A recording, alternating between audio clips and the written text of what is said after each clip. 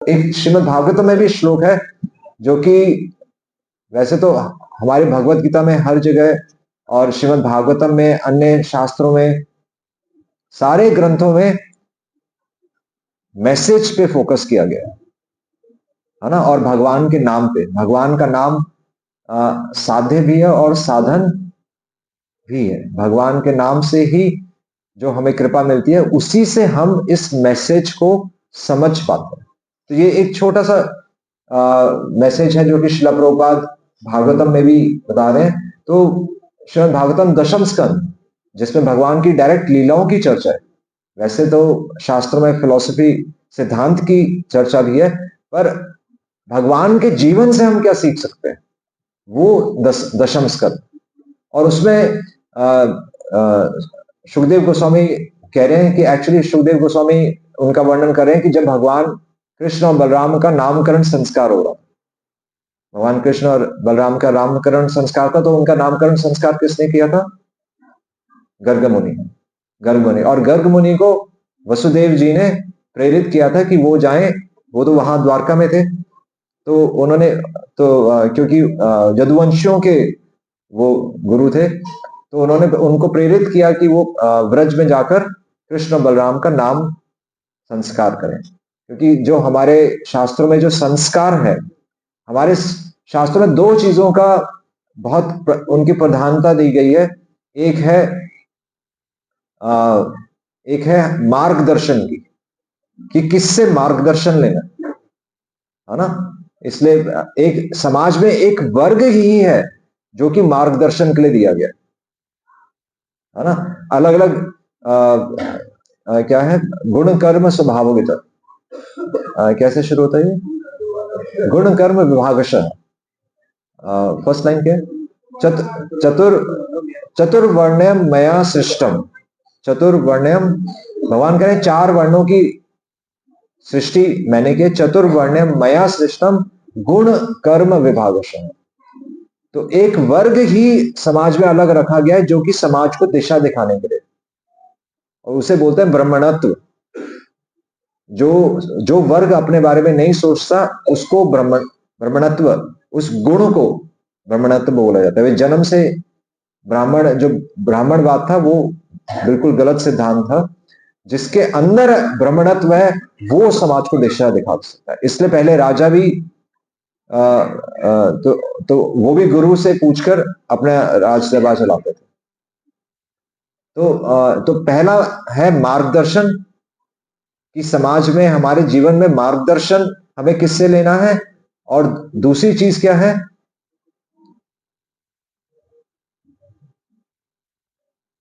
Guidance किससे लेनी है और कहां से लेनी है। शास्त्र, गुरु, शास्त्र, साधु, है ना। ये चीज है, गुरु, शास्त्र और साधु। तो गुरु की हमें पता ही है कि सारे धर्मों में गुरु की इंपॉर्टेंस है, टीचर की इंपॉर्टेंस होती है। शास्त्रों की, यानी कि गुरु भी अपने मन से नहीं बोल सकता। साक्षात हरित्वेन समस्त शास्त्र। गुरु की वाणी साक्षात शास्त्रों की वाणी होती है। और गुरु, शास्त्र और साधु, एक संत जो है वो भी हमेशा धर्म के अनुसार ही चलते हैं, शास्त्रों के अनुसार ही चलते हैं। तो यहां पर बता रहे हैं कि गर्ग मुनि जब वसुदेव के कहने से कृष्ण और बलराम का नाम संस्कार करने के लिए आए, तो फिर वहां पर वसुदेव जी उनके लिए कुछ कह रहे हैं। वसुदेव जी कह रहे हैं कि गर्ग मुनि जब वहां ब्रज में आए, तो वसुदेव जी कह रहे हैं, सुखदेव गोस्वामी यहां पर कह रहे हैं, महद विचलनम। ये बहुत इंपॉर्टेंट है, महद विचलनम, कि महान लोग कैसे चलते हैं। महद विचलनम निर्णाम ग्रहीणाम दीन चेतसाम। तो यहां पर बता रहे हैं महद विचलनम, कि जब गर्ग मुनि स्पेशली द्वारका से ब्रजधाम आए, वहां पर तो वहां पर नंद महाराज कह रहे हैं कि आपके यहां आने का कारण क्या है, बल्कि आप स्पेशली वहां से यहां चलकर आए। तो कह रहे हैं कि ऐसे आप जैसे जो महान जो आचार्य होते हैं, वो कहीं पर जाते भी हैं तो क्यों जाते हैं? महद विचलनम, चलकर तो जाते हैं, पर विशेष रूप से, विशेष कारण, एक कारण होता है उनके कहीं जाने का, या संस्कार, नाम संस्कार, प्राश्न संस्कार, है ना, बच्चे को जब पहला अन्न दिया जाता है तो अलग अलग संस्कार हैं, उपनयन संस्कार। तो इन संस्कारों का या भक्तों के भक्तों के कहीं जाने का एक कारण होता है, वो कह रहे हैं कि महद विचलनम, कि आप विशेष रूप से जब आप कहीं पर जाते हैं तो उसका एक कारण होता है। निर्णाम, एक साधारण व्यक्ति के घर में बल्कि जब आप जाते हैं, निर्णाम, गृहिणाम, और बल्कि बल्कि वह व्यक्ति जिसने गृहस्थ आश्रम एक्सेप्ट किया है, जो कि गृहस्थ आश्रम यानी कि गृहस्थ आश्रम यानी कि जो कि इस संसार के भवसागर में है, संसार के भवसागर में उसको चलना पड़ता है ना, सांसारिक कार्य तो करने ही पड़ते हैं। तो जो सांसारिक कार्यों में फंसा हुआ है, स्पेशली गृहिणाम, जिसने गृहस्थ आश्रम अटेंड किया हुआ है, तो आप ऐसे लोगों के घर में क्यों जाते हैं? विचलनम, निर्णाम गृहिणाम दीन चेतसाम, और जिनका हृदय सरल होता है, तो आप किनके घर में जाते हैं? आप स्पेशली निमंत्रण मिलने पर जाते हैं, और जिनका हृदय बिल्कुल सरल होता है, पर वो कहां पर है? भवसागर में फंसे। उनका हृदय तो सरल है पर फंसे हुए इस भवसागर, है ना। तो यहां पर कह रहे हैं कि भगवान का मिशन, भगवान का कुछ मिशन भगवान के भक्त पूरा करते हैं। भगवान के आने का भी कारण होता है, जबकि भगवान को कोई किसी चीज की आवश्यकता नहीं होती। उनका एक नाम क्या है? आत्माराम। जिस प्रकार भगवान को किसी इस सांसारिक वस्तु की आवश्यकता नहीं होती, उसी प्रकार भक्तों को भी इस संसार में किसी सांसारिक वस्तु की आवश्यकता नहीं होती। फिर भी वो भगवान का मिशन पूरा करने के लिए एक साधारण व्यक्ति के घर में जाते हैं, जो कि भवसागर में फंसा हुआ है।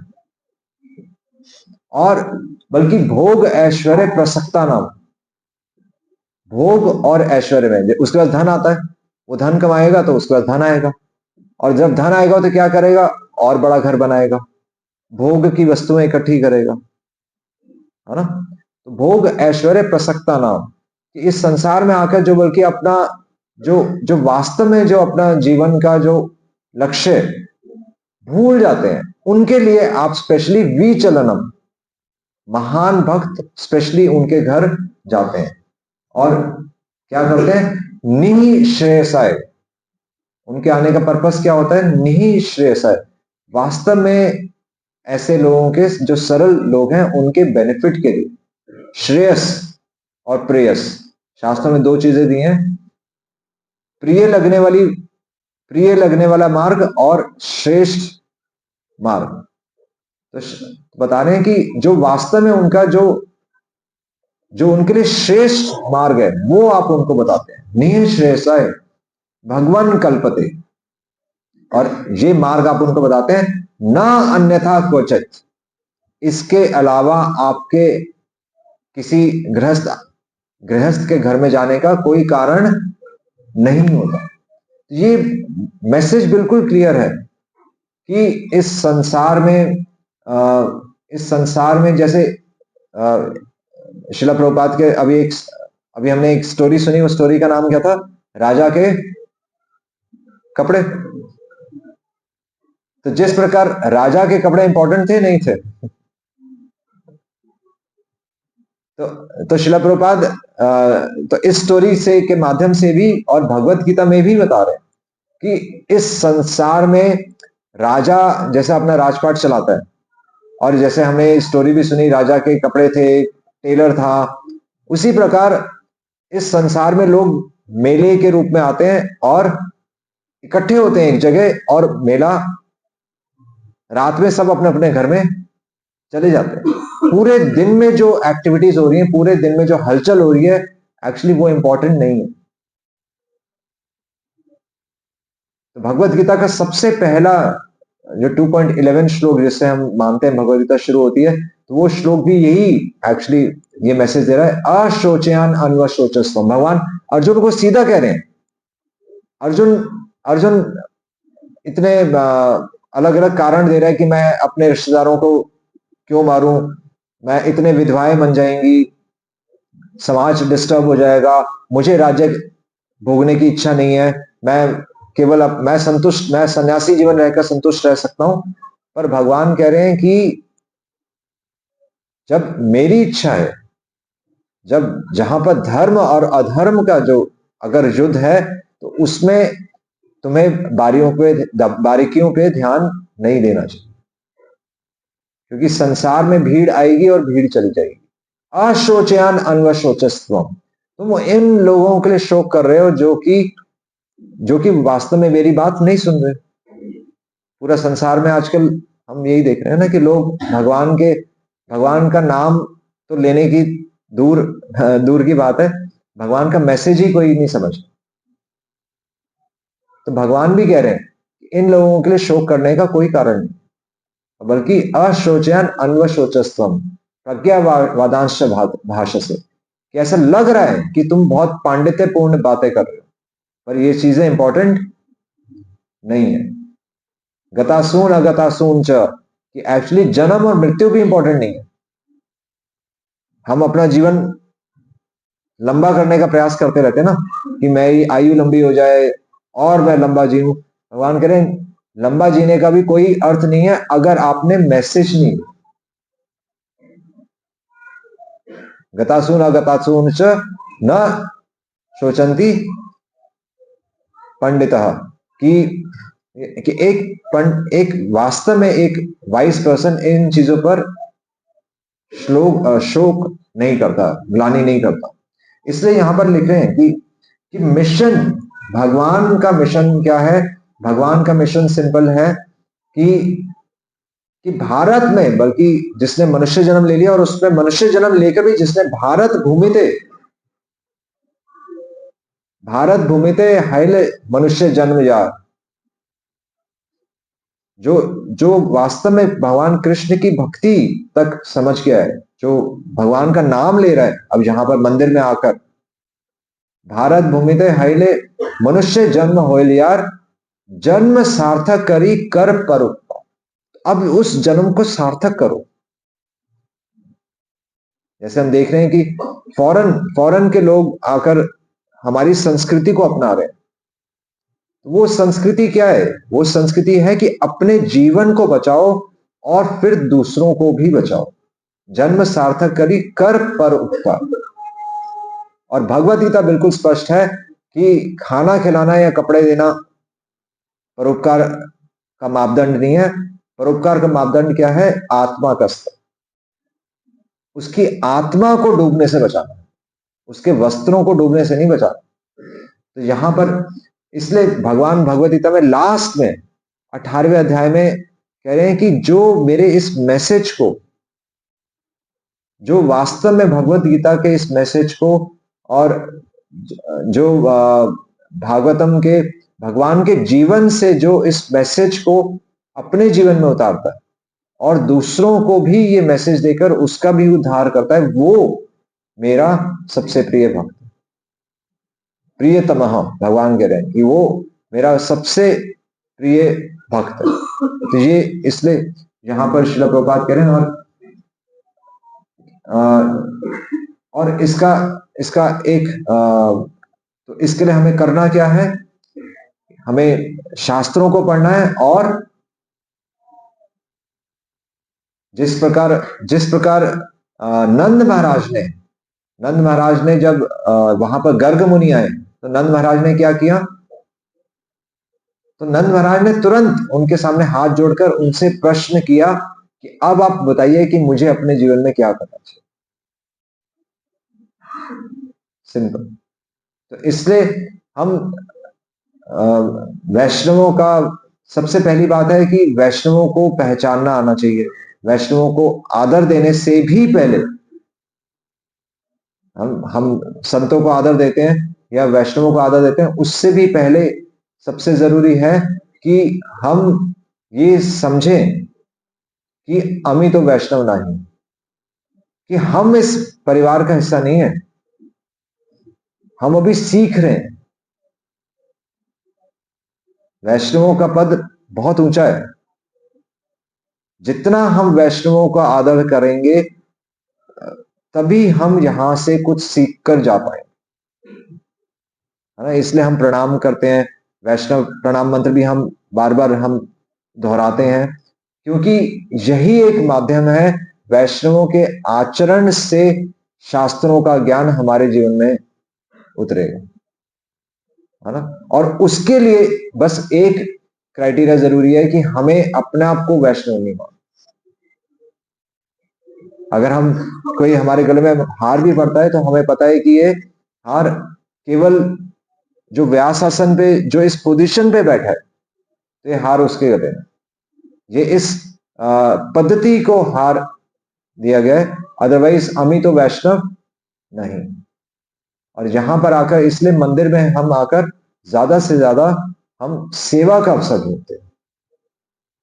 सेवा के माध्यम से जो ज्ञान हमने लिया है, जो हम ज्ञान ले रहे हैं, वो ज्ञान हमारे अंदर ठहरता है, क्योंकि सेवा के दौरान आप इसको बार बार सोचेंगे, तो सेवा के माध्यम से ज्ञान हमारे अंदर ठहरता है और भगवान के नाम से फिर हमारा हृदय सरल बनता है और भगवान की कृपा फिर हमारे जो जो मिट्टी है, तो जिस प्रकार मिट्टी को तैयार किया जाता है बीज बोने से पहले, तो उसी प्रकार हम अपने अपने जीवन को हम तैयार करते हैं यहाँ पर आकर, सेवा के माध्यम से, ज्ञान के माध्यम से, ताकि हम अपना को शुद्ध कर सकें और भगवान का मिशन पूरा कर सकें। ये सीखने के लिए हम यहाँ पर मंदिर में आते हैं, है ना। तो ये यहाँ पर बिल्कुल सिंपल मैसेज है। इसलिए श्रील प्रभुपाद लास्ट लाइन में यहाँ पर लिख रहे हैं कि इसलिए एक मतलब यहाँ पर स्पेशली नंद महाराज के परिप्रेक्ष्य में कह रहे हैं, तो गृहस्थों के परिप्रेक्ष्य में श्रील प्रभुपाद समझा रहे हैं। इसलिए एक गृहस्थ का उनका कर्तव्य होता है। क्या कर्तव्य है उनका? कि एक गृहस्थ, he is always perfectly ready. एक गृहस्थ को, या फिर हम जो भवसागर में फंसे हुए हैं, उसे हमेशा तैयार रहना चाहिए। किस लिए तैयार रहना चाहिए? To receive the instructions from a महाप्रभु। हमेशा तैयार रहना चाहिए। जिस प्रकार नंद महाराज ने गर्ग मुनि से पूछा कि अब बताइए कि मेरे जीवन में मुझे क्या करना चाहिए, उसी प्रकार एक व्यक्ति जो कि भवसागर में, सरल व्यक्ति जो कि भवसागर में फंस गया है, भोग ऐश्वर्य प्रसक्ता नाम, उसे हाथ जोड़कर ये हमेशा तैयार रहना चाहिए और ये प्रश्न पूछना चाहिए कि अब बताइए भगवान कि मैं अपने जीवन में क्या करूं जिससे मैं शुद्ध हो जाऊं, है ना। तो ये, क्योंकि हम रेडी होंगे तो फिर वहां से जवाब आएगा। अगर हम हाथ जोड़ के प्रश्न ही नहीं पूछेंगे तो फिर कोई जवाब नहीं आएगा। तो हमें पता होना चाहिए कि हमारी पोजीशन क्या है। हम अभी सीख रहे हैं, हम अभी वैष्णव नहीं है, हम अभी वैष्णवता सीख रहे हैं। और दूसरी चीज, हमेशा हमें रेडी होना है। और तीसरी चीज यह है कि जीवन से हमें भगवान का मिशन पूरा करके जाना है। जीवन में कुछ पैसे कमाकर या कुछ घर बनाकर नहीं जाना, वो जीवन का उद्देश्य नहीं। क्योंकि पेड़ भी जब कटता है तो कटने के बाद भी वो दूसरों की सेवा कर जाता है। और पेड़ जब कटता है तो वहां पर एक समाधि नहीं बनाई जाती कि यहां पर एक पेड़ था। मनुष्य अपनी समाधि बना लेता है।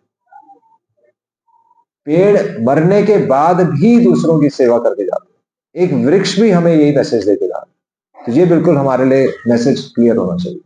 ये हमारे शास्त्रों का क्लियर मैसेज है। जन्म सार्थक करी कर परोपकार। हरे कृष्णा कृष्णा कृष्णा हरे हरे, हरे राम राम राम हरे हरे। श्री प्रभुपाद की